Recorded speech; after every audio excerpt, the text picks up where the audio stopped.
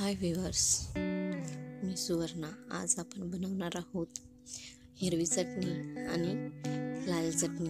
ही पाणीपुरीसाठी, दहीवडा आणि असेच जे आपण स्नॅक्स वगैरे बनवतो त्यासाठी हे उपयोगी पडतं। तर चला बनवूया। सर्वात पहिले लाल चटणी।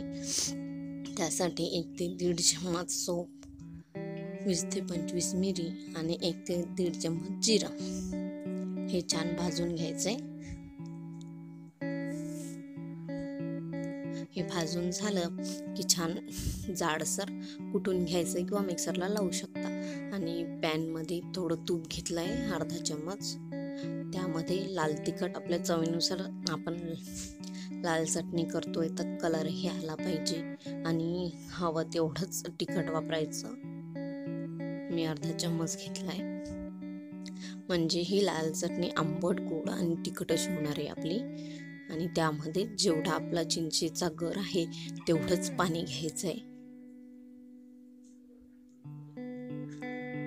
आणि यामध्ये आपण आता 5 चम्मच साखर टाकणार आहोत, म्हणजे अर्ध्या वाटीसाठी। किंवा तुम्हाला जास्त गोड लागलं तर जास्त साखर टाका, कमी गोड लागत असेल, जास्त आंबट आणि तिखट लागत असेल तर कमी साखर टाकायची, त्याप्रमाणे।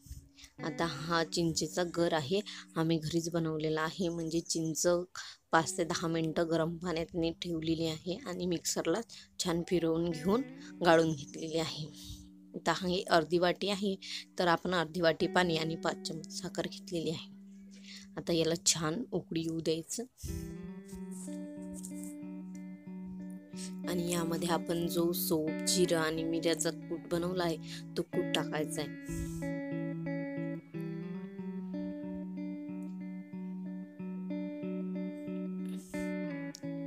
यामध्ये चवीनुसार मीठ आणि काळं मीठ टाकायचंय। याने काळ्या मिठाने खूप छान स्वाद येतो। आता आपले सगळे इंग्रेडियंट्स टाकून झालेले आहेत। आता याला छान घट्ट होऊ द्यायचं। घट्ट झालं थोडं की याला कलर येतो, एवढंच। म्हणजे हे आता दिसायला खूप पातळ दिसतंय, पण जेव्हा हे थंड होईल तेव्हा खूप घट्ट येतं। आता हे आपलं व्यवस्थित झालंय। आता आपण याला थंड व्हायसाठी ठेवून देणार आहोत। तुम्ही बघू शकता कलर खूप सुंदर आलेला आहे, लाल।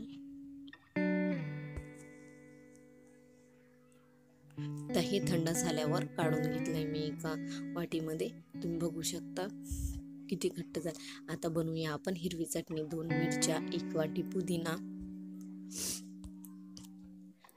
आणि आवडीनुसार आणि कलरसाठी म्हणून कोथिंबीर काळ्यासहित टाकायची, म्हणजे काळ्यामध्ये जास्त फ्लेवर असतो त्याच्या। आणि आपण जो कूट बनवून घेतलेला आहे, जिरा, मिरे आणि सोपीचा, तो कूट, मीठ आणि काळं मीठ हे सगळं टाकून घ्यायचंय आणि मिक्सरला हे वाटून घ्यायचंय छान।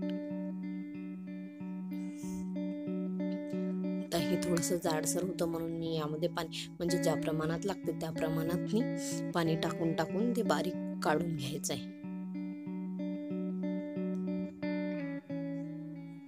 आणखी थोडंसं पाणी टाकून आणखी एकदा फिरवून घेतलंय मी।